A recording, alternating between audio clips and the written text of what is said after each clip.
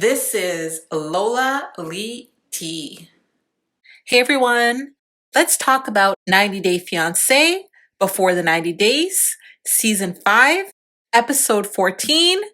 Let's do a little recap and review. Amina's mom scolded her for making bad decisions, and she actually defended Mike. And this was after Ximena told her mom and sister how grossed out she was by Mike. What I saw from all of this was Ximena's family doing some damage control when they realized that she was passing up on a meal ticket. I mean, she doesn't have to worry about paying her rent, right? During Mike's very private conversation with Ximena's mom gave him some really good advice. She told him to be patient because it was Ximena's very first serious relationship. Now, I'm thinking to myself, how the hell is this Ximena's first serious relationship, but she has 2 kids? When Mike took Ximena out, Mike told Ximena what her mother had said, specifically that he was her very first serious relationship. And why would you go and tell Ximena what her mother said, Mike? Why would you do that? That is a common sense thing. You don't repeat what the mama of your girlfriend tells you. Anyway, so Ximena said what her mom had told Mike was a lie, and she had in fact had several serious relationships. Now that would make sense because Ximena does have 2 kids. Now I'm wondering, who is lying here? Is Ximena lying, or is her mother lying? Is Ximena's mom just doing everything that she possibly can so that her daughter doesn't lose her meal ticket? So during the whole scene at the pool hall, Ximena was so disgusted by Mike, she didn't even want him near her. And at one point, she told him to stop following her. When they sat down to have a drink, Mike made the mistake of trying to connect with Ximena. I remember her mother had said to be patient. But anyway, Ximena got mad at Mike, and then she broke up with him. Mike then did the very childish thing of Mike then asked for everything he paid for back before running into the streets. Now, don't you just love that boyfriend that as soon as you break up with them, they want everything that they've ever given you back? Now, I don't understand why Mike is asking back for all the stuff that he bought her. These two had a contractual agreement. Ximena already went on her Instagram and told us how they actually met. She was on an adult webcam site. Mike already knows that Ximena is only interested in the money. Her job is about making money. Mike asked her to come on the show. He asked her to stop doing her job and to come be with him. He knew what it was. He knew the deal. He also asked her to not say how they actually met. I mean, their relationship has always been about money exchange. So what is the problem now? Now he wants to act all innocent. What's with this innocent act, Mike? Mike, stop with your nonsense. You know what it is. You know the deal. What is the point of running off into the streets? I don't understand. Can somebody explain to me why Mike ran off into the street? Or can somebody explain to me why he ran away? What is the point of running off into the streets? I really don't understand that.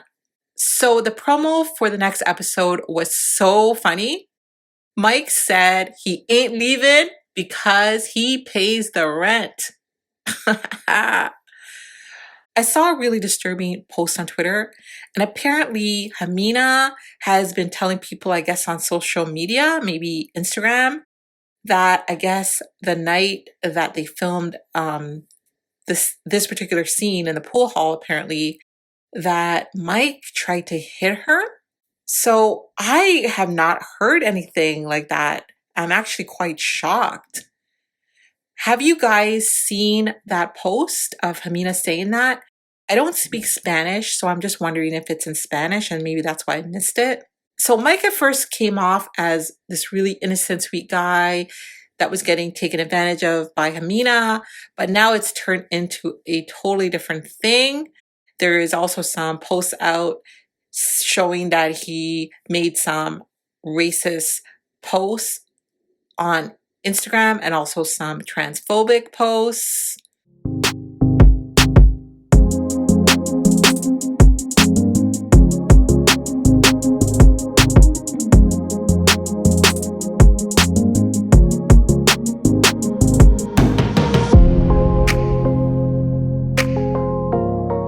It's a lot. So, in saying all of that, do you guys still feel sorry for Mike? Or are you Team Ximena now? Let's talk about Mahogany and Ben. Mahogany talked with her dad and he shared that he didn't approve of Ben. He also gave her some really good advice and support. So Mahogany said, I'm starting to realize that Benjamin isn't the same person I met online.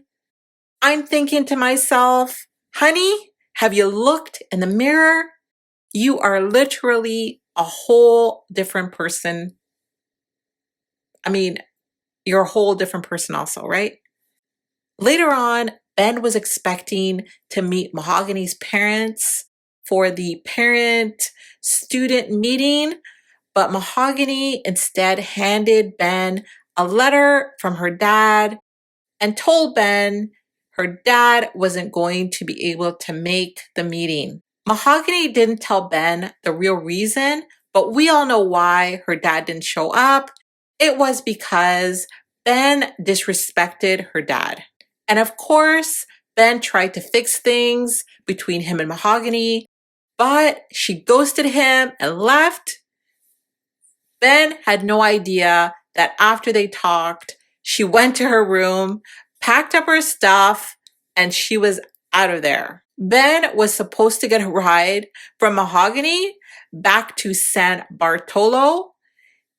He found out the very next day that she stranded him at the hotel and he had to pay $250 for a car ride back to Mahogany's hometown by himself. The fact that Ben is going back to Mahogany's hometown instead of straight to the airport, well, this guy deserves all of the nonsense he's getting. This was so all ironic to me because I'm sure the whole night there was Ben in his room, all stressed out. He was probably thinking about how awkward the ride was going to be.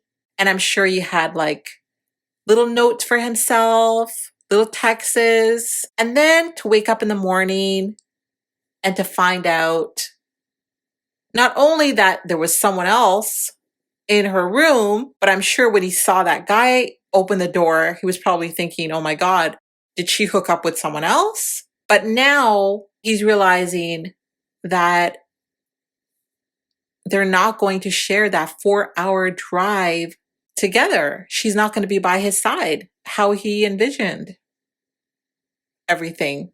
I don't know what to make of this Ben and Mahogany storyline. I don't know if it's fake. I don't know if it's true. I have no idea what's going on. Just the fact that he wanted to meet her parents just on his own without her being there was just crazy to me. And to think that he doesn't think that she has a problem with it is super weird. But then again, let's not forget that Mahogany did show up looking like an entirely different person, and Ben did not say a word about it. Why? So it just seems like these two are just tiptoeing around each other, and I'm not sure why. Memphis came back to Hamza's place after spending the night alone at a hotel, and I'm sure she got absolutely no sleep because she was super stressed. And when she walked in, there were all kinds of wedding activities going on, which meant she could not speak to Hamza about signing the post-nup. Memphis's goal was to talk to Hamza about the post-nup, but with everything that was going on, she just kind of got caught up and she didn't get to talk to him about the post-nup. She did do a spa day with the ladies of Hamza's family, and she looked really happy and she was having such a great time. After the spa, she went back to the house and she sat down with Hamza and his sister to talk about the post-nup.